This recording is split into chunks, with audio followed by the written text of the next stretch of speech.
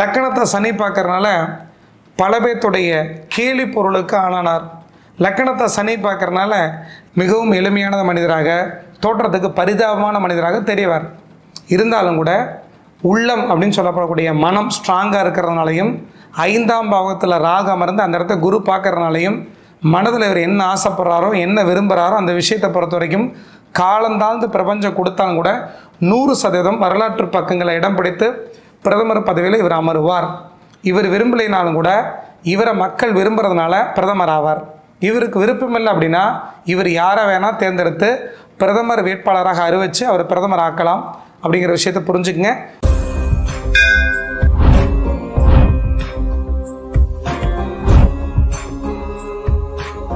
வணக்கம், நான் உங்கள் ஆத்ம நண்பன். நாளும் கோளும் நன்னிலை பொருந்தி இந்த நன்னாளில் எல்லோருடைய வாழ்க்கையிலும் நிம்மதி, திருப்தி, சந்தோஷத்துடன் கூடிய செல்வ செழிப்பான வாழ்க்கை வாழ பரிபூரணத்துவமான வாழ்த்துக்கள். இன்னைக்கு பிரதமராக நாடாளக்கூடிய தகுதி ராகுல் காந்தி ஐயாவோட ஜாதகத்தில் இருக்குதான்னு பார்க்க போகிறோம். ஒரு மனிதன் சாதாரண மனிதனாக இருப்பானா, சிறந்த மனிதனாக இருப்பானா, மாபெரும் மனிதனாக இருப்பானா அப்படிங்கிற விஷயத்த பிறப்பிலிருந்து இறக்கிற வரைக்கும் நடக்கக்கூடிய தசாபுத்திகளை வச்சும் கிரக நிலைகளை வச்சும் கண்டிப்பாக கண்டுபிடிக்க முடியும். ராகுல் காந்தி ஐயாவோட ஜாதகத்தை நம்ம பார்க்க போகிறோம். அவருடைய பிறந்த தேதி அப்படின்னு பார்த்துக்கிட்டிங்கன்னா, இந்திய தேசிய காங்கிரஸ் கட்சி தலைவர் ராகுல் காந்தி ஐயா பிறந்த தேதி 19/6/1970 வெள்ளிக்கிழமை அன்று மதியம் 2:28 பிறந்திருக்கிறார். ஆனி மாதம் 5ஆம் தேதி மூல நட்சத்திரம் 1ஆம் பாதத்தில் தனுசு ராசியில் துலா லக்னத்தில் சந்திர அதியோகத்தில் ஆனி மூலத்தில் பிறந்தவர். இவரை பொறுத்த வரைக்கும் ராசி மற்றும் அம்சத்துடைய கிரக நிலைகள் சொல்கிறோம், எழுதிக்கிங்க. மேசத்தில் சனி இருக்கிறார், ரிஷபத்தில் புதன் இருக்கிறார், மிதனத்தில் சூரியன் செவ்வாய் இருக்குது, கடகத்தில் சுக்கிரன் இருக்கிறார், சிம்மத்தில் கேது இருக்கிறார், கன்னியில் யாரும் இல்லை. லக்கணம் துலா லக்னம், லக்கணத்திலே குரு வக்ரமாக இருக்கிறார். விருச்சிகத்தில் எந்த கிரகம் இல்லை. தனுசில் சந்திரன் இருக்கிறார், மகரத்தில் எந்த கிரகம் இல்லை. கும்பத்தில் ராகு இருக்கிறார், மீனத்தில் எந்த கிரகம் இல்லை. அப்போ துலா லக்னத்தில் பிறந்திருக்கிறார், லக்னத்திலே குரு வக்ரமாக இருக்கிறார்.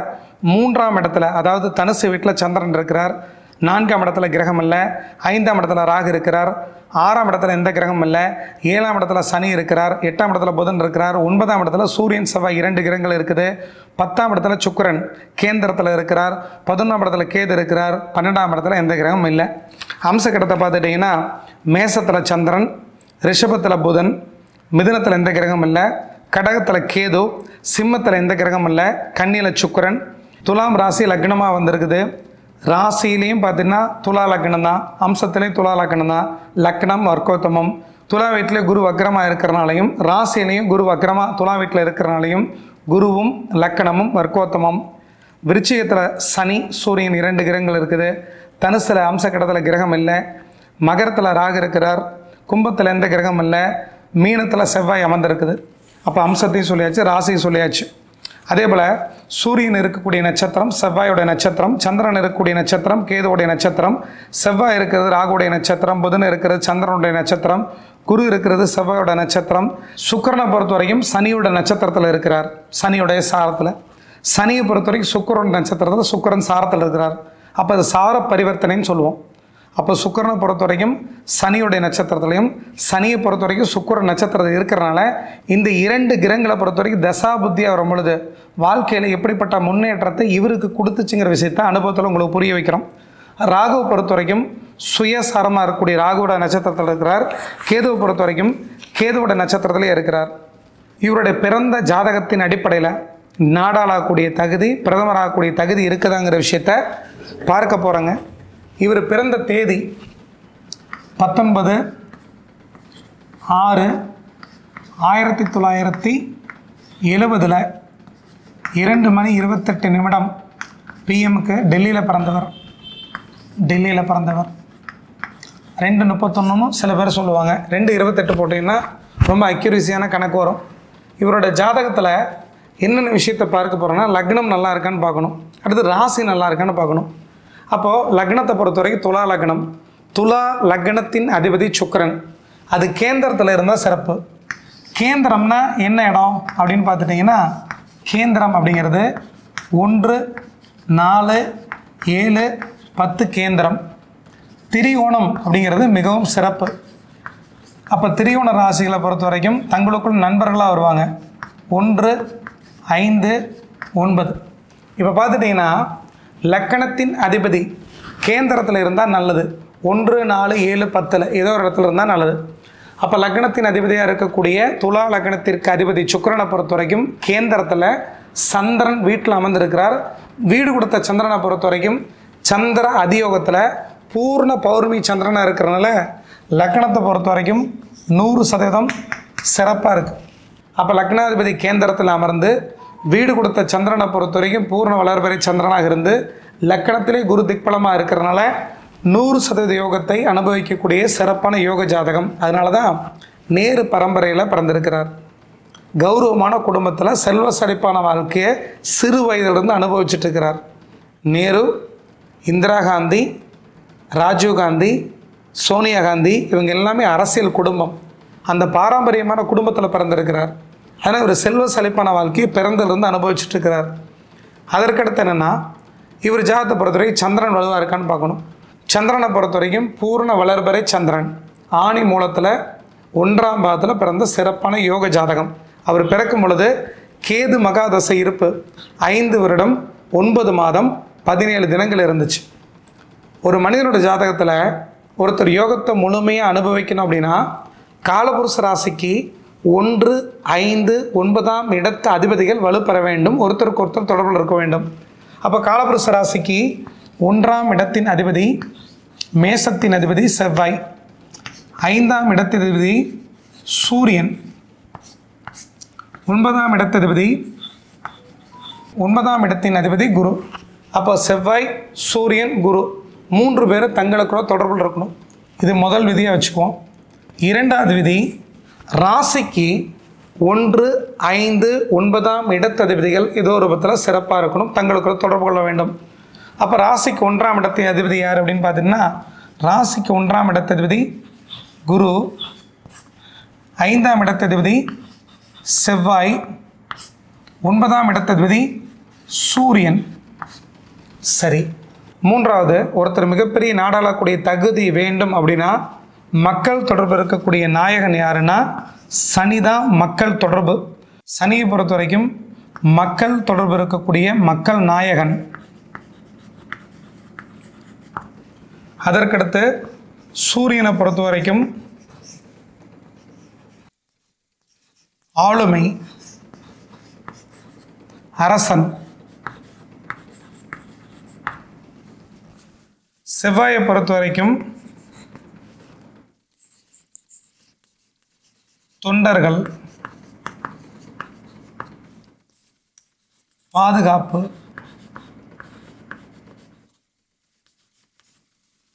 குருவை பொறுத்த வரைக்கும் செல்வந்தர்கள்,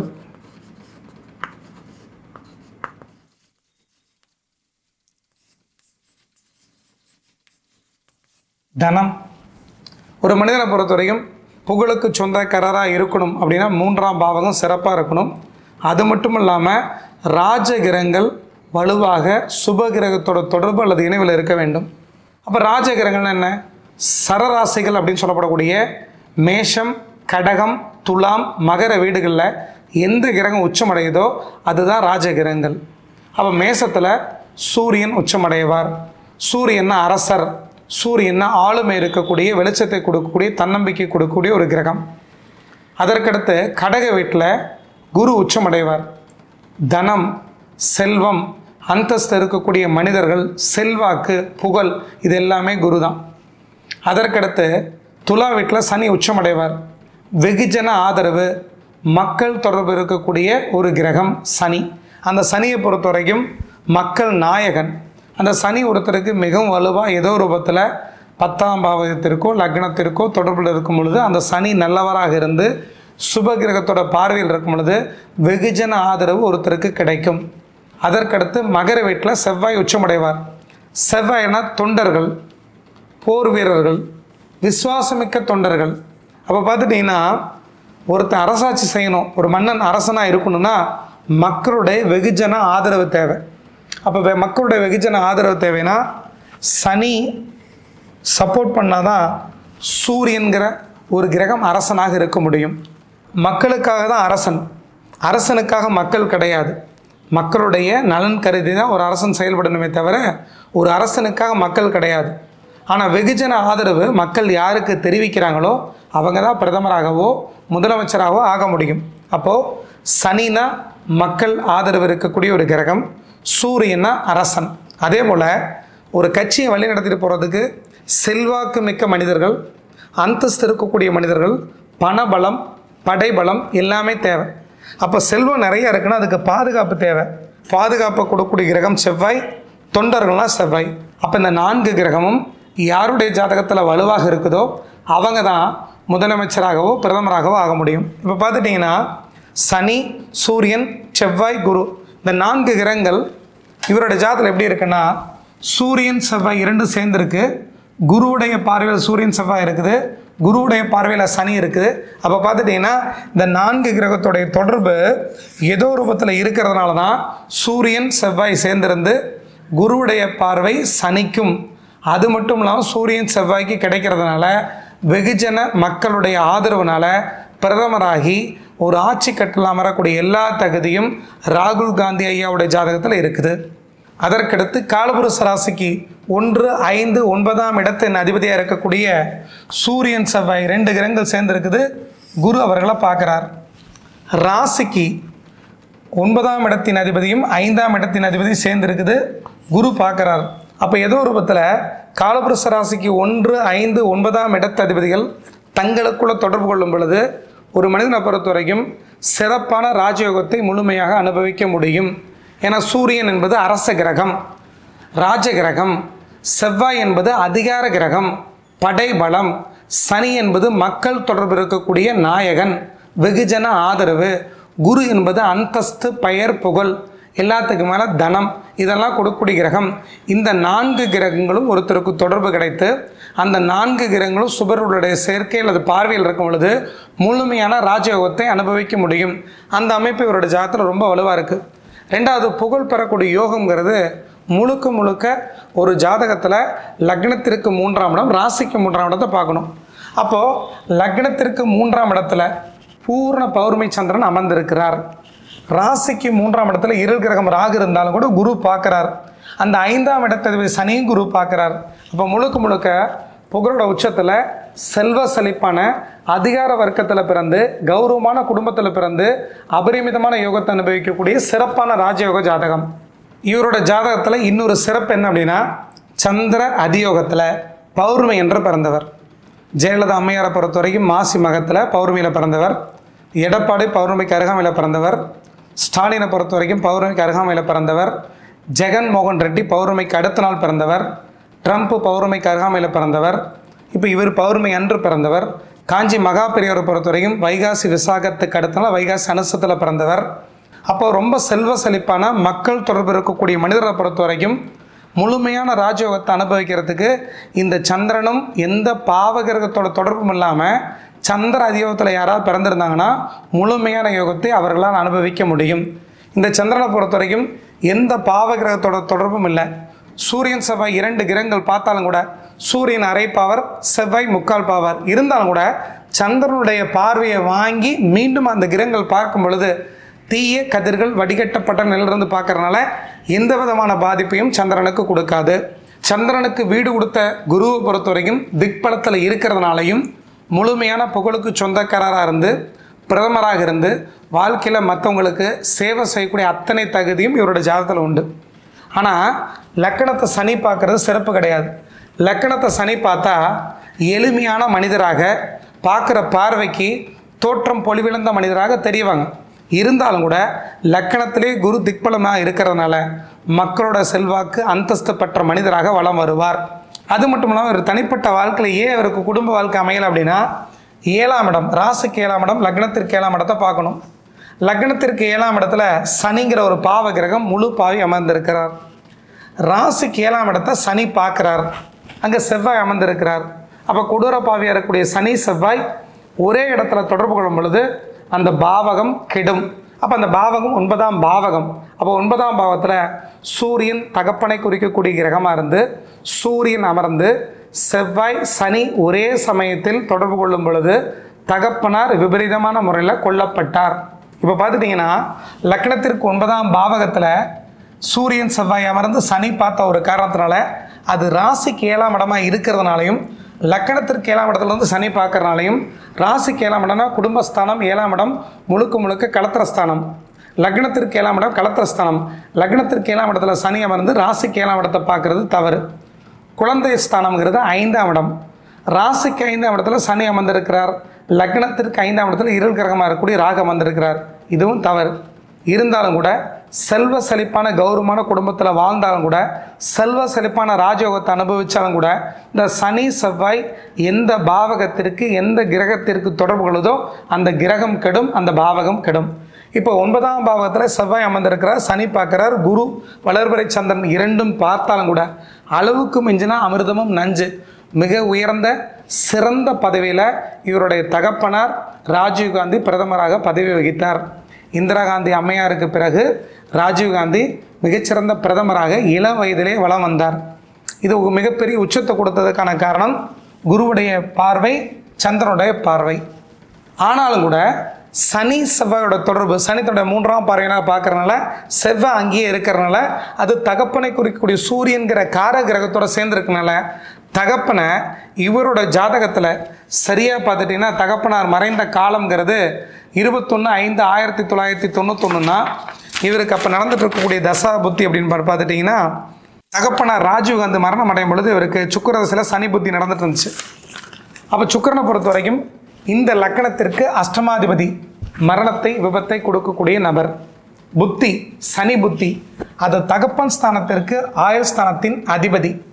அப்போ பார்த்துட்டிங்கன்னா இவருக்கு அஷ்டமாதிபதி தசையில் தகப்பன் ஸ்தானத்திற்கு அஷ்டமாதிபதி மாரகத்தை தரக்கூடிய 8ஆம் இடத்துக்குடைய புத்தியில் அவருக்கு மாரகம் நடந்தது. பார்த்துட்டிங்கன்னா இந்த தகப்பன் ஸ்தானத்திற்கு 8ஆம் இடத்தின் அதிபதி சனி, ஆயுளை கொடுக்கக்கூடிய நபர்.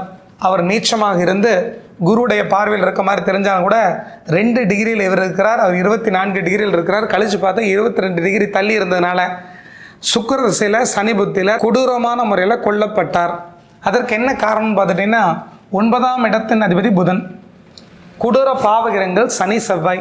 அந்த சனி செவ்வாய்க்கு மத்தியில் 8ஆம் இடத்துல, 8ஆம் இடம் ஆயுள் கண்டம் விபரீத மரணத்தை கொடுக்கக்கூடிய இடத்துல அமர்ந்து 2 கொடூர பாவிகளுக்கு மத்தியில் பாவ கர்த்தாரி யோகத்தில் இருந்தனால தகப்பனார் விபரீதமான முறையில் சுக்கிர தசையில் சனி புத்தியில் அஷ்டமாதிபதி தசையில் தகப்பனுக்கு அஷ்டமாதிபதி புத்தியில் மரணம் அடைந்தார்.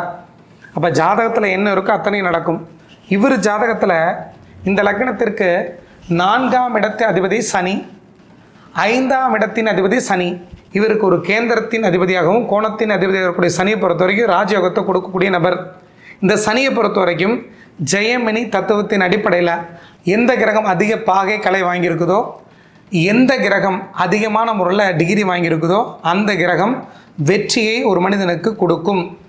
அந்த கிரகத்துக்கு பேர் ஆத்மகாரகன்னு பேர். இவரோட ஜாதகத்தில் சனி எப்பெல்லாம் இவருக்கு தொடர்பு கொள்கிறாரோ அப்பெல்லாம் அபரிமிதமான வெற்றியும் செல்வ செழிப்பையும் அவர் கொடுத்துக்கிட்டே தான் இருந்திருக்கு.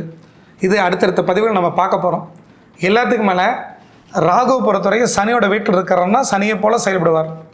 சுக்கிரனை பொறுத்த வரைக்கும் சனியோட நட்சத்திரத்தில் அமர்ந்திருக்கிறார். சனியை பொறுத்த வரைக்கும் சுக்கிரன் நட்சத்திரத்தில் அமர்ந்திருக்கிறார். அப்போ சனி சுக்கிரன் இருக்கக்கூடிய வீடுகள் பரிவர்த்தனை ஆச்சுன்னா என்ன யோகத்தை கொடுக்குமோ அந்த யோகத்தை இவரோட வாழ்க்கையில் கொடுக்கும்.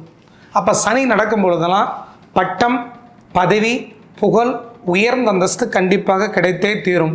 இதை தான் அடுத்தடுத்த பதிவுகள் நம்ம பார்க்க போகிறோம். இவர் எப்போ பிரதமராகக்கூடிய தகுதி உண்டு அப்படின்னு பார்த்துட்டிங்கன்னா இவரை பொறுத்த வரைக்கும் இவருடைய ஜாதகத்தில் ராகு திசையில் சனி புத்திங்கிறது 13/5/2024 பிறகு தொடங்குது. இவரை பொறுத்த வரைக்கும் எதிர்க்கட்சி தலைவராக உட்கார்ந்த அந்த தேதின்னு பார்த்துட்டிங்கன்னா 25/5/2024 12வது எதிர்க்கட்சி தலைவராக அமர்ந்தார். அன்னைக்கு மூல நட்சத்திரம் இவரோட ஜென்ம நட்சத்திரம்.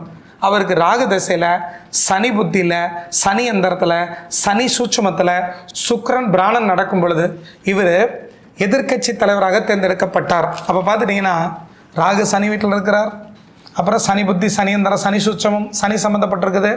சுக்கிரனை பொறுத்த வரைக்கும் சனி சாரத்திலே இருக்கிறார். அப்போ சுக்கிரனுடைய பிராணனில் இவர் எதிர்க்கட்சி தலைவராக தேர்ந்தெடுக்கப்பட்டார். அப்போ இவரை பொறுத்த வரைக்கும் 20/3/2027 வரைக்கும் வெற்றியை நோக்கி இந்த தேதியிலிருந்தே செல்வ செழிப்பான வாழ்க்கை கொடுக்கக்கூடிய கிரகமாக சனி இருக்கிறதுனால ஒரு கேந்திரத்திற்கும் ஒரு கோணத்திற்கும் அதிபதியாக இருந்து ராஜயோகத்தை கொடுக்கக்கூடிய நபராக இருந்து லக்கணத்துக்கு நல்லது செய்யக்கூடிய தன்மையில் இருக்கிறனால சனியை பொறுத்த வரைக்கும் இருப்பின் மூலமாக ஒரு இடத்தை கெடுத்தாலும் கூட சனி பார்வையின் மூலமாக ராஜயோகத்தை தருவார். அப்போ சனியை பொறுத்த வரைக்கும் சூரியன் செவ்வாய் 2 கிரகங்களை பார்த்து குரு அந்த இடத்த பார்க்கறதுனால அரச வாழ்க்கையை செல்வ செழிப்பான வாழ்க்கை கண்டிப்பாக கொடுத்தே தீரும். எங்கள் சூரியனை சனி பார்க்கக்கூடாது தானே? ஆமாம், பார்க்கக்கூடாது.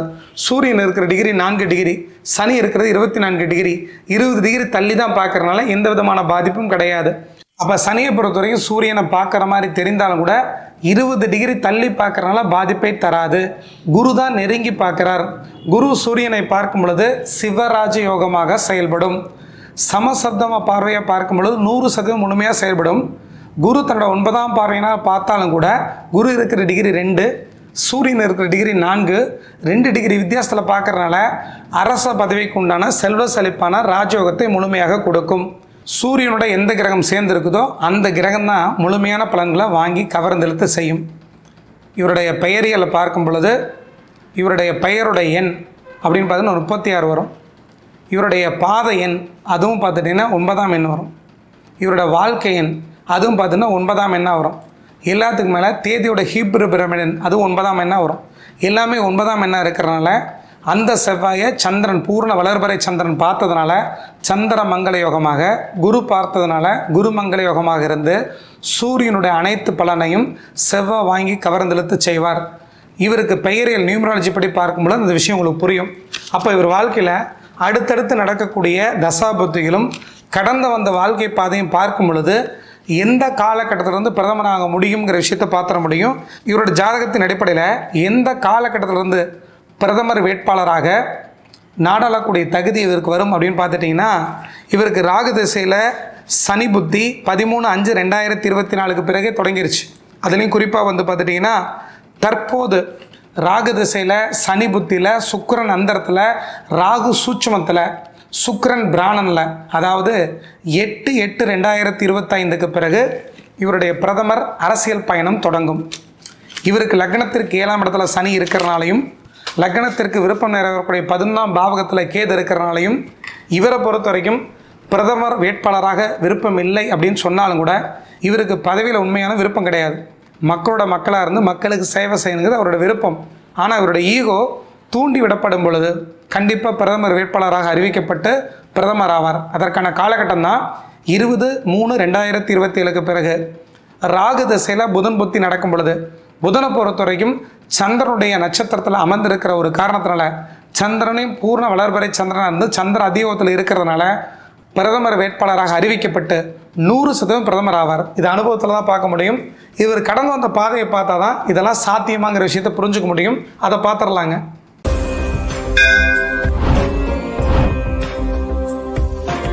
தற்சமயம் இந்திய தேசிய காங்கிரஸ் எதிர்க்கட்சி தலைவராக இருக்கக்கூடிய ராகுல் காந்தியோட ஜாதகத்தில் கடந்து வந்த பாதைகளை பார்க்கும்போது தான் இப்போ அந்த ராகு திசையில் சனி புத்தி ஏன் சிறப்பு அப்படின்னு புரிஞ்சுக்க முடியும். இப்போ நாட்டை ஆட்சி செஞ்சுட்டு இருக்கக்கூடிய பிஜேபிக்கு எதிராக எதிர்க்கட்சி தலைவராக இருக்கக்கூடிய ராகுல் காந்தி ஐயா அவர்களுடைய ஜாதகத்தில் கடந்து வந்த பாதையை பார்க்கும்போது கடந்த காலத்தை ஒப்பிட்டு பார்க்கும்போது தான் இனிமேல் வரக்கூடிய காலம் எப்படி இருக்குன்னு சொல்ல முடியும். கடந்த காலத்தில் இவரோட வாழ்க்கையில் என்னதான் மன்மோகன் சிங் ஆட்சியில் இருந்தாலும் கூட அப்போ அரசியலுக்குள்ள அவர் பயணிக்கலை. முதன்முறையாக 17/5/2004 நாடாளுமன்ற உறுப்பினராக மக்களவையில் தேர்ந்தெடுக்கப்பட்டு உத்தரப்பிரதேசத்தில் அமேதிங்கிற தொகுதியில் ஜெயிச்சு உள்ளே போகிறார். அந்த காலகட்டம் 17/5/2004 முதல் 23/5/2019 வரைக்கும் நாடாளுமன்ற உறுப்பினராக மக்களவையில் தேர்ந்தெடுக்கப்பட்டார். அந்த காலகட்டம் சந்திர தசையில் ராகு புத்தி அவருக்கு நடந்துட்டு இருந்துச்சு. ராகுவை பொறுத்த வரைக்கும் இருக்கக்கூடிய வீட்டோட பலனை கொடுப்பார். அப்போ ராகு சனியோட வீட்டில் இருக்கிறார், குருவுடைய பார்வை வாங்கி இருக்கிறார். அப்போ ராகு சனியை போல செயல்படுவார். அதற்கடுத்து இந்திய இளைஞர் காங்கிரஸ் தலைவராக 25/9/2007 தேர்ந்தெடுக்கப்பட்டு 10/12/2017 வரைக்கும் இந்திய இளைஞர் காங்கிரஸ் தலைவராக இருந்தார். அந்த காலகட்டம் பார்த்துட்டிங்கன்னா சந்திர தசையில் சனி புத்தி, இங்கேயும் சனி சம்மந்தப்படுது. அதற்கடுத்தபடியாக அதே 25/9/2007 10/12/2017 வரைக்கும் இந்திய தேசிய காங்கிரஸ் மாணவர் ஒன்றிய தலைவராக இருந்திருக்கிறார். அதுவும் சந்திரதசையில் சனி புத்தி. அதற்கடுத்து 23/5/2019 முதல் 24/3/2023 வரைக்கும் மீண்டும் நாடாளுமன்ற உறுப்பினராக மக்களவையில் தேர்ந்தெடுக்கப்படுகிறார். இந்த காலகட்டத்தில் ராகு திசையில் ராகு புத்தி. ராகு சனியோட வீட்டில் இருக்கிறார், சனியை போல செயல்படுவார் அப்படின்னு புரிஞ்சுக்குங்க. அது ராகு புத்தியில். அதற்கடுத்தபடியாக இந்திய தேசிய காங்கிரஸ் கட்சியில் ஏக ஒருமனதாக பொதுச் செயலாளர் பதவியில் 25/9/2007 19/1/2023 பதவி வகிக்கிறார். அந்த காலகட்டத்தில் சந்திரதசையில் சனி புத்தி தொடக்கம். அப்போ பார்த்துட்டிங்கன்னா இங்கேயும் சந்திரதசையில் ராகு புத்திங்கிறது சனியோட வீட்டில் அமர்ந்திருக்கிறார். இங்கேயும் சந்திரதசையில் சனி புத்திங்கிறது சனி சம்மந்தப்படுது. இங்கேயும் பார்த்துட்டிங்கன்னா ராகு திசையில் ராகு புத்தி நடக்கக்கூடிய இந்த காலகட்டத்தில் ராகுவே சனியோட வீட்டில் தான் இருக்கிறார். அதற்கடுத்து இந்திய தேசிய காங்கிரஸ் பொது செயலாளராக பதவி வகித்த காலத்திலையும் சந்திரதசையில் சனி புத்தி சம்மந்தப்படுது. அதற்கடுத்தபடியாக இந்திய தேசிய காங்கிரஸ் துணை பொதுச் செயலாளராக இருந்த காலம் அப்படின்னு பார்த்துட்டிங்கன்னா 19/1/2013 10/12/2017 வரைக்கும் இந்த காலகட்டம் செவ்வாய் தசையில் ராகு புத்தி. அப்போ ராகு வந்துச்சுன்னா அங்கேயும் சனி சம்மந்தப்பட்டிருக்கு. கடைசியாக பார்த்துட்டிங்கன்னா 25/5/2024 12வது எதிர்க்கட்சி தலைவராக தேர்ந்தெடுக்கப்படுகிறார். அவர் தேர்ந்தெடுக்கப்பட்ட அந்த நாளன்று மூல நட்சத்திரம், இவரோட ஜென்ம நட்சத்திரத்தில் தேர்ந்தெடுக்கப்படுகிறார். அப்போ நடந்தது ராகு திசையில் சனி புத்தியில் சனி அந்தரத்தில் சனி சூட்சமத்தில் சுக்கிரன் பராணன். இப்போ பார்த்துட்டிங்கன்னா ராகு திசைனால் ராகு சனியோட வீட்டில் இருக்கிறார். சனி அந்தரம், சனி புத்தி, சனி சூட்சமம் எல்லாத்துக்கும் மேலே சுக்கிரனுடைய பிராணன். அந்த சுக்கிரனை பொறுத்த வரைக்கும் பூச நட்சத்திரத்தில் சனியோட நட்சத்திரத்தில் இருக்கிறார். அப்போ பார்த்துட்டிங்கன்னா சனி தான் இவர் வாழ்க்கையில் அடுத்த கட்ட நகர்வு நோக்கி முன்னெடுத்து செல்லக்கூடியவர். காரணம் என்னன்னு கேட்டுட்டிங்கன்னா சனி துலா லக்னத்திற்கு 4ஆம் இடத்தின் அதிபதி, ஒரு கேந்திரத்திற்கு அதிபதி. துலா லக்னத்திற்கு 5ஆம் இடத்தின் அதிபதி, ஒரு கோணத்திற்கும் அதிபதி. இரண்டாவது அதிக பாகை வாங்கியிருக்கிறார். இருக்கிறதுலே பார்த்துட்டிங்கன்னா எல்லா கிரகங்களை விட, அதாவது ஜெயமினி மகரிஷி தத்துவத்தின் அடிப்படையில் எந்த கிரகம் அதிக பாகை வாங்கியிருக்குதோ அந்த கிரகம் அந்த மனிதனை சரியான பாதைக்கு இட்டு செல்லும். அதன் அடிப்படையில் சனி தான் பார்த்துட்டிங்கன்னா 24.28 டிகிரி வாங்கியிருக்கிறார். 24 பாகை 28 கலை வாங்கியிருக்கிறார். ஆனால் சனியை பொறுத்த வரைக்கும் ஆத்மகாரகனாக இருந்து அவர் வாழ்க்கையில் அடுத்த கட்ட நகர்வுக்கு கூட்டி செல்வார். அப்போ சனி தான் இவருடைய ஜாதகத்தில் வெற்றிக்கான சரியான பாதையை வகுத்து கொடுத்து கூட்டி செல்லக்கூடிய ஒரே நபர். சனியை பொறுத்த வரைக்கும் மக்கள் தொடர்பு இருக்கக்கூடிய நாயகனாக இருந்து மக்களுடைய மக்களாக இருந்து ஒரு மனிதனை உயர்ந்த இடத்துக்கு கொண்டு போகணும்னா சனி முதன்மையான காரகத்துவம் இருக்கக்கூடிய ஒரு கிரகம். அப்போ சனி தான் இவருடைய ஜாதகத்தில் கடந்த காலத்தில் வெற்றி பாதையை நோக்கி கூட்டிகிட்டு போயிருக்கிறார். அப்போ இனிமேல் வரக்கூடிய ஒரு காலங்கள்லையும் இவருக்கு சனி சரியான பாதையை வகுத்து கொடுத்துட்டு போனதுக்கு பிறகு தான் இவர் வாழ்க்கையில் பிரதமராக தேர்ந்தெடுக்கப்படுவார். இப்போ தற்சமயம் அவருக்கு ராகு திசையில் சனி புத்தி நடந்துட்டுருக்குது. 13/5/2024 பிறகு 20/3/2027 இவருக்கு ராகு தசையில் சனி புத்தி நடந்துட்டுருக்குது. குறிப்பாக இப்போ நடந்துட்டுருக்கக்கூடிய அந்தரம் 21/5/2025 10/11/2025 வரைக்கும் ராகு தசையில் சனி புத்தியில் சுக்கிர அந்தரம் நடந்துட்டுருக்கு. அப்போ ராகு சனியோட வீட்டில் இருக்கிறார், சனி புத்தி நடந்துட்டுருக்குது. சுக்கிரனை பொறுத்த வரைக்கும் பூச நட்சத்திரம் அப்படின்னு சொல்லப்படக்கூடிய சனி நட்சத்திரத்தில் இருக்கிறார். குறிப்பாக 22/7/2025 17/8/2025 வரைக்கும் ராகு தசையில் சனி புத்தியில் சுக்கிரன் அந்தரத்தில் ராகு சூட்சமம் நடந்துட்டுருக்குது. அப்போ இந்த ராகுவும் சனி தொடர்பில் இருக்குது. இவர் என்னைக்கு மீடியா முன்னாடி அறிவிச்சாரோ அந்த நாள் அன்று அவருக்கு பிராணன் சுக்கிரன் பிராணன். அப்போ ராகு தசை, சனி புத்தி, சுக்கிரன் அந்தரம், ராகு சூட்சமம், மறுபடியும் சுக்கிரனுடைய பிராணன். அப்போ இந்த சுக்கிரன் யார் அப்படின்னு பார்த்துட்டிங்கன்னா சனியோட சாரம் வாங்கி இருக்கக்கூடிய ஒரு கிரகம். அப்போ சனி இவரோட ஜாதகத்தில் மக்களோட நாயகனாக பிரதமராக தேர்ந்தெடுக்கிறதுக்காக அடிக்கல் நாட்டிட்டு போகக்கூடிய ஒரே நபர். அப்போ சனி புத்தி நடந்துட்டு இருக்கக்கூடிய இந்த காலகட்டம் 2027க்குள்ளேயே இவரோட வாழ்க்கையில் வளர்ச்சியை நோக்கி படிப்படியாக போக ஆரம்பிச்சிருவார். ஆனால் இவருடைய ஜாதகத்தில் லக்கணத்தை சனி பார்க்கறதுனாலையும் விருப்பம் நேரம் வரக்கூடிய 11ஆம் இடத்துல கேதுங்கிற ஞான கிரகம் இருக்கிறனாலையும் இதுலேயும் ஒரு பற்றில்லாத மனிதராக மற்றவங்க பார்வைக்கு தெரிவார். இவரை பொறுத்த வரைக்கும் இவர் யாரை பதவியில் உட்கார வைக்கிறாங்களோ அவர் பிரதமராக மாறுவார். இவரே பிரதமராக அமர்ந்தார்னா கண்டிப்பாக பிரதமராக இருந்து இந்தியா வழிநடத்தி செல்லக்கூடிய எல்லா அமைப்பும் இவரோட ஜாதகத்தில் இருக்குது.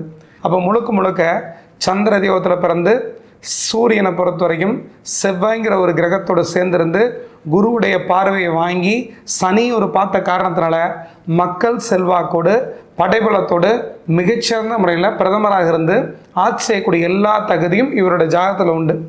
இது இல்லாமல் நியூமராலஜி படி பார்க்கும்போதும் இவரோட ஜாதகத்தில் எப்படி இருக்குன்னு பார்த்துடலாங்க.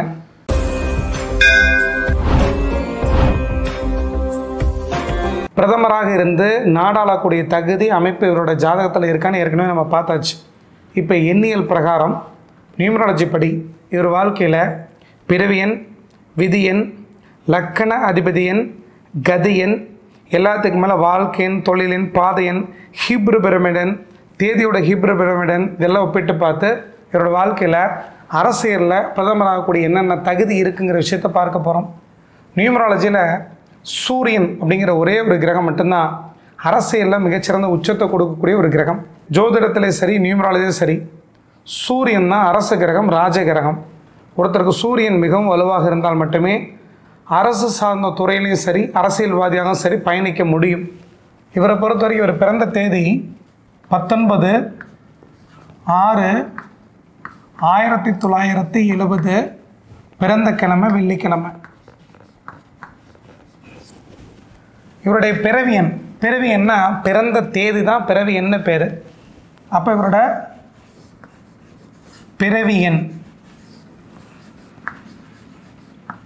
பிறவியனை பொறுத்த வரைக்கும் 19 கூட்டி பார்த்தீங்கன்னா 1ன்னா சூரியன் வந்துருச்சு. பிறந்த தேதி, மாதம், வருடம் எல்லாத்தையும் கூட்டி பார்த்தீங்கன்னா விதியன். அப்போ விதியனை பொறுத்த வரைக்கும் 1 9 10 10 6 16 16 10 26 26 ஒரு 7 33னா சுக்கிரன் 6ஆம் நம்பர். இந்த பிறவி எண்ணுங்கிறது ஒரு மனிதனுடைய பிறவி குணத்தையும் என்னவாக பிறக்க வேண்டும்ங்கிற எண்ணத்தையும் பிரதிபலிக்கும். விதி என்கிறது எப்படிப்பட்ட வாழ்க்கை வாழ்கிறாங்கன்னு சொல்லிடும். விதி என்கிறது எதிர்கால வாழ்க்கையை குறிக்கும். அப்போ பிறவி எண் 19னா 1னா சூரியன், 9னா செவ்வாய், 2 கிரகமும் நட்பு கிரகம். இரண்டும் சேர்ந்து தான் சூரியன் வர்றதுனால நிர்வாகத்திறன், ஆளுமை இருக்கக்கூடிய அற்புதமான எண் 1. விதி எண் 33 குபேர சம்பத்தான வாழ்க்கையை தரக்கூடிய அற்புதமான எண். அதற்கடுத்தபடியாக பிறவி எண், விதி எண் என்ன கிழமையில் பிறந்திருக்கான்னு பார்க்கணும். கிழமை எண்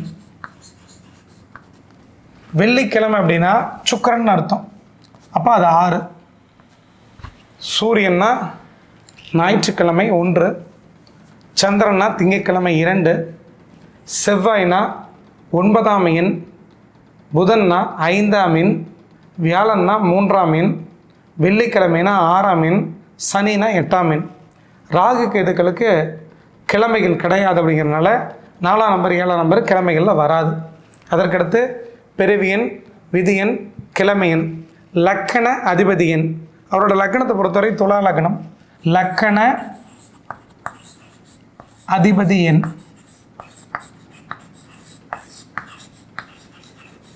சுக்கிரன். ஏன்னா துலா வீட்டோட அதிபதி சுக்கிரன், அது 6ஆம் நம்பர். அதற்கடுத்தபடியாக கதியன். அதாவது கதியன்னா எந்த தமிழ் மாதத்தில் அவர் பிறந்திருக்காருன்னு பார்க்கணும். அப்போ அந்த இடத்துல சூரியன் இருப்பார். அந்த வீட்டுக்கு ஒரு அதிபதி வருவார். அந்த அதிபதி ஏதோ ஒரு கிரகமாக தான் இருக்கும். அந்த கிரகத்துடைய எண்ணெய் எடுத்துக்கணும். உதாரணத்துக்கு சித்திரை, வைகாசி, ஆனி, ஆடி, ஆவணி, புரட்டாசி, ஐப்பசி, கார்த்திகை, மார்கழி, தை, மாசி, பங்குனி, மேசம் தொட்டு 12 மாதத்தை போடணும். அதில் சூரியனை பொறுத்த வரைக்கும் சித்திரை, வைகாசி, ஆனி மாதத்தில் ஆனி மூலத்தில் பிறந்தவர். அப்போ அவருடைய கதியன் பார்த்துட்டிங்கன்னா புதன், மிதுனம், அதனால் 5ஆம் எண் எடுத்துக்கிறோம். அடுத்ததாக வந்து பார்த்துட்டிங்கன்னா தொழில் எண். இதுதான் ரொம்ப முக்கியம். பிறந்த எண்ணையும் விதி எண்ணையும் கிழமை எண்ணையும் கூட்டும் பொழுது என்ன தொழில் செய்ய போகிறாங்க அப்படின்னு கண்டுபிடிச்சிட முடியும். அப்போ பிறந்த எண் 1, விதி எண் 6, கிழமை எண் 6, இது எல்லாத்தையும் கூட்டி பார்த்தீங்கன்னா இவரோட வாழ்க்கையில் தொழில் எண்ணை கண்டுபிடித்து விடலாம். அதற்கடுத்து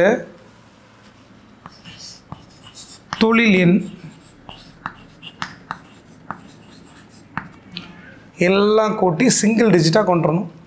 அப்போ பிறவி எண் அப்படிங்கிறது 1, விதி எண் அப்படின்னா 6, இந்த 19, 33 இதெல்லாம் எடுத்துக்கூடாது, சிங்கிள் டிஜிட்டாக இருக்கக்கூடிய நம்பர் தான் எடுத்துக்கணும்.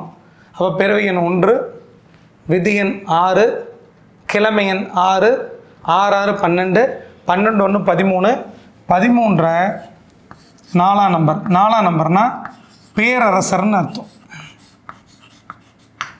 பேரரசர் இது யாருக்கு வந்திருக்கு அப்படின்னு கேட்டிங்கன்னா 22 வந்து எம்ஜிஆருக்கு வந்துச்சு, பேரரசராக வாழ்ந்துட்டு போனார். அதற்கடுத்தபடியாக வாழ்க்கை எண்.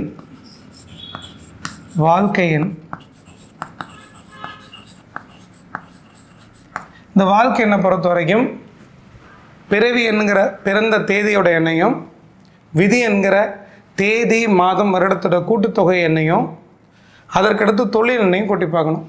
அப்போது 1 6 7 7 4 11, 11னா 2. வாழ்க்கை எண்ணை பொறுத்த வரைக்கும் சந்திரன் வந்திருக்கிறதுனால இந்த 2ஆம் எண்ணுக்கு பலப்பரீட்சைன்னு பாரு, போராடி தான் ஒரு விஷயத்தை அடைய முடியும். பலப்பரீட்சை உடனே ஒரு வாழ்க்கையில் எதுவுமே கிடைக்கல, போராடி தான் கிடைக்கணும். ஒன்று இழந்தால் தான் ஒன்று கிடைக்கும். இவருக்கு குடும்பம் குழந்தைகள் எதுவுமே இல்லை, இருந்தாலும் கூட வாழ்க்கையில் திரும்பி பார்க்கக்கூடிய வரலாற்று பக்கங்களில் எதிர்க்கட்சி தலைவர் இப்போ அமர்ந்திருக்கிறார். வரும் காலத்தில் கண்டிப்பாக பிரதமர் ஆவாரா அப்படிங்கிற விஷயத்தை தான் பார்க்க போகிறோம். அதற்கடுத்து பாதை எண்.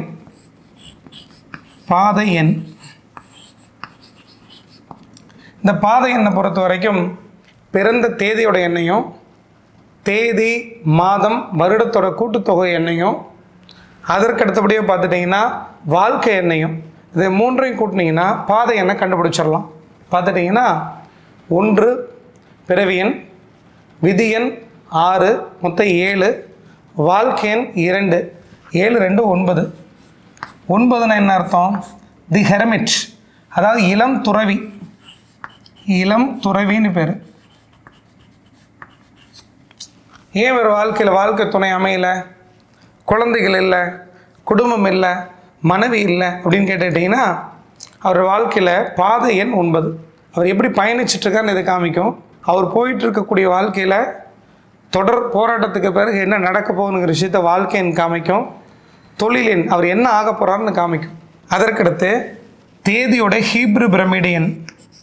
தேதியுடைய ஹீப்ரு பிரமிடு எண், ஹீப்ரு எண், பிறந்த தேதியுடைய ஹீப்ரு எண்.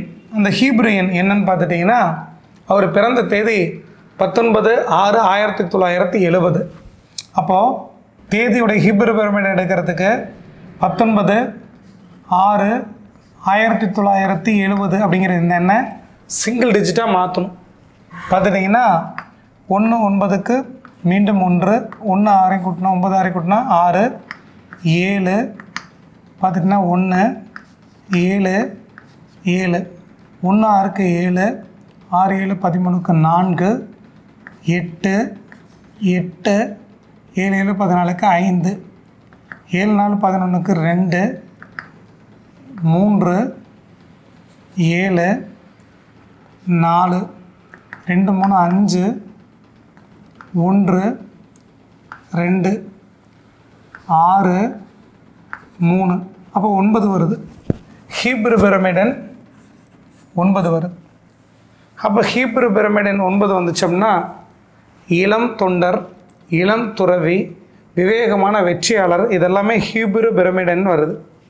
அதற்கடுத்து அவருடைய பெயருடைய ஹீப்ரு பிரமிடன் ராகுல் காந்தி அப்படின்னு போட்டு பார்த்தீங்கன்னா அந்த ஹீப்ரு பிரமிடனும் 9 தான் வருது.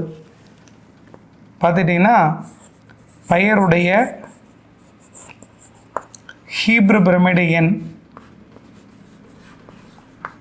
ஹீப்ரு எண் அப்படின்னு பார்த்துட்டிங்கன்னா அதுவும் 9 தான் வருது.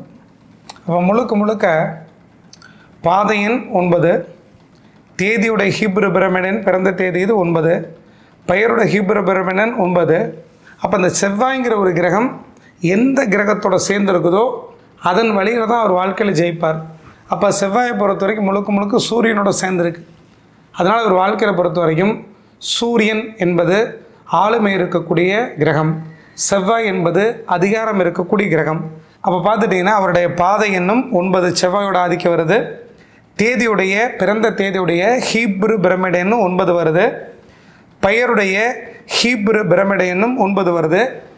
எல்லாத்துக்கும் மேலே அவருடைய பெயரை மட்டும் போட்டு பார்த்தீங்கன்னா ராகுல் காந்தி. அப்போ ராகுல் காந்தின்னு போடும் பொழுது ராகுல் காந்தி அப்படின்னு போட்டு பார்த்தீங்கன்னா 2 1 5 6 3, அப்புறம் 3 1 5 4 5 1 3 8 8 9 17 20 30 34 35 36 உயர்ந்த பதவி, அதுவும் 9 செவ்வாய். அப்போ முழுக்க பார்த்துட்டிங்கன்னா எல்லாமே செவ்வாயோட ஆதிக்கம் ஜாஸ்தி வருது. அவருடைய பிறவி எண் 1 சூரியன், விதி எண் 6 வருது சுக்கிரன். அந்த சுக்கிரனை பொறுத்த வரைக்கும் பூர்ண பௌர்ணமி சந்திரனுடைய வீட்டில் அமர்ந்திருக்கிறார்.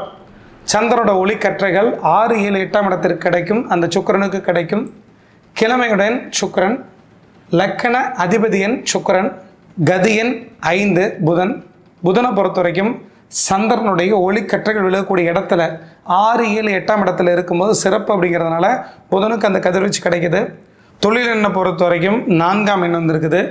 4ஆம் நம்பர்னால் பேரரசர். எம்ஜிஆருக்கு 4 தான் வந்துச்சு, பெனாஷிர் பூட்டோவுக்கு 4 தான் வந்துச்சு. எல்லாத்துக்கு மேலே அக்பர் அப்படின்னு ஒரு பேரை போட்டு பார்க்குறீங்க. அக்பர் அப்படின்னு ஒரு பேரை போட்டு பார்த்தீங்கன்னா 1 2 2 5 1 2 5 6 7 8 9 10 11 12 13. அக்பருக்கு பார்த்தீங்கன்னா 13 வரும். அவர் பேரரசராக வந்துட்டு போனார். அப்போ தொழிலின் 13 4ஆம் நம்பர் வந்தால் பேரரசர்னு அர்த்தம். அப்போ பிரதமராகக்கூடிய எல்லாம் இப்போ அவருடைய தொழில் என்ன இருக்குது. வாழ்க்கை எண் 11னா 2 பலப்பிரச்சை, போராட்டத்துக்கு பின் வெற்றி நிச்சயம் அப்படிங்கிறதுனால ஏற்றம் இறக்கம் எல்லாம் கடந்து தான் வாழ்க்கையில் ஜெயிக்கணுங்கிற அமைப்பு. அப்புறம் பாதை எண் 9 இளம் துறவின்னு பேர். ஹீப்ரு பிரமிடன் பார்த்துட்டிங்கன்னா 63 சுக்கிரனும் குருவும் சேர்ந்தது, அதுவும் 9. பெயருடைய ஹீப்ரு பிரமிடனும் 9. எல்லாத்துக்கும் மேலே அவருடைய பெயர் ராகுல் காந்தி 36 உயர்ந்த பதவின்னு பேருங்க. ஒரு மனிதனை பொறுத்த வரைக்கும் தூக்க முடியாத ஒரு குச்சிகளை தோளில் சுமந்துட்டு போகிற மாதிரி எகிப்திய பிரமிட சித்திரத்தில் டாரட் கார்டெலாம் வரைஞ்சிருப்பாங்க. அப்போ 36ங்கிறது உயர்ந்த பதவி. அப்போ வாழ்க்கையில் இவருக்கு எல்லாமே செவ்வாய் செவ்வாய் செவ்வாய் செவ்வாயோட ஆதிக்கம் ஜாஸ்தியாக இருக்கிறனால அந்த செவ்வாயை பொறுத்த வரைக்கும் சந்திர அதியோகத்திலிருந்து சூரியனோட இணைவில் இருக்கிறனால சூரியனுடைய எல்லா பலன்களையும் செவ்வாய் கவர்ந்து செய்வார் அப்படின்னு புரிஞ்சுக்கணும். அதற்கடுத்து சுக்கிரனை பொறுத்த வரைக்கும் விதி எண்ணுக்கு வந்திருக்கிறார், கிழமை எண்ணுக்கு வந்திருக்கிறார், லக்கண அதிபதி எண்ணுக்கு வந்திருக்கிறார். சந்திர அதியோகத்தில் சந்திரனுடைய பார்வைங்கிறது 6 7 8ஆம் இடத்துக்கு ஒளிச்சிதறலாக விழுகும். அப்போ பார்த்துட்டிங்கன்னா சந்திரனுக்கு 9ஆம் இடத்துல சுக்கிரன் இருக்கிறார். அப்புறம் கதி எண் புதனை பொறுத்த வரைக்கும் சந்திரனுக்கு 6ஆம் இடத்துல இருக்கிறார். அப்போது சந்திரனோட ஒளிக்கற்றைகளில் சூரியன் செவ்வாய் சுக்கிரன் புதன் இந்த 4 கிரகங்கள் இருக்குன்னா இவருக்கு எல்லா கிரகம் சம்மந்தப்பட்டிருக்குது. பார்த்துட்டுனா சூரியன் வந்துட்டார், சுக்கிரன் வந்துட்டார், புதன் வந்துட்டார், செவ்வாய் வந்துட்டார். இந்த எல்லா கிரகத்திற்கும் சந்திரனோட ஒளிக்கற்றைகள் பூரணத்துவமாக அதீதமான முறையில் கிடைக்கிறதுனாலையும் சுக்கிரனை பொறுத்த வரைக்கும் 10ஆம் பாவகத்தில் அமர்ந்து வளர்பிறை சந்திரனோட வீட்டில் இருக்கிறனாலையும் இவர் வாழ்க்கையில் மிக பிரகாசமான உச்சபட்ச பதவியில் பிரதமர் பதவியில் 100% அமருவார். இது அனுபவத்தில் தான் நீங்கள் பார்த்து தெரிஞ்சுக்க முடியும். அதற்கான காலகட்டம்ங்கிறது 2027 வரைக்கும் காத்திருக்கணும். அந்த 2027க்கு பிறகு இவர் யாரை கை காமிக்கிறாரோ அவர் பிரதமர் ஆவார், அல்லது இவரே பிரதமர் ஆவார். அதற்கான எல்லா தகுதியும் உண்டு. லக்கணத்தை சனி பார்க்கறனால பல பேர்த்துடைய கேலி பொருளுக்கு ஆளானார். லக்கணத்தை சனி பார்க்கறனால மிகவும் எளிமையான மனிதராக, தோற்றத்துக்கு பரிதாபமான மனிதராக தெரியவார். இருந்தாலும் கூட உள்ளம் அப்படின்னு சொல்லப்படக்கூடிய மனம் ஸ்ட்ராங்காக இருக்கிறதுனாலையும் 5ஆம் பாவத்தில் ராகு அமர்ந்து அந்த இடத்த குரு பார்க்கறதுனாலையும் மனதில் இவர் என்ன ஆசைப்படுறாரோ என்ன விரும்புகிறாரோ அந்த விஷயத்தை பொறுத்த வரைக்கும் காலந்தாழ்ந்து பிரபஞ்சம் கொடுத்தாலும் கூட 100% வரலாற்று பக்கங்களை இடம் பிடித்து பிரதமர் பதவியில் இவர் அமருவார். இவர் விரும்பலைனாலும் கூட இவரை மக்கள் விரும்புறதுனால பிரதமர் ஆவார். இவருக்கு விருப்பம் இல்லை அப்படின்னா இவர் யாரை வேணால் தேர்ந்தெடுத்து பிரதமர் வேட்பாளராக அறிவித்து அவர் பிரதமர் ஆக்கலாம் அப்படிங்கிற விஷயத்தை புரிஞ்சுக்குங்க. ரொம்ப நன்றிங்க. அடுத்தடுத்த பதிவில் மீண்டும் சந்திக்கலாம். நன்றி, வணக்கம்.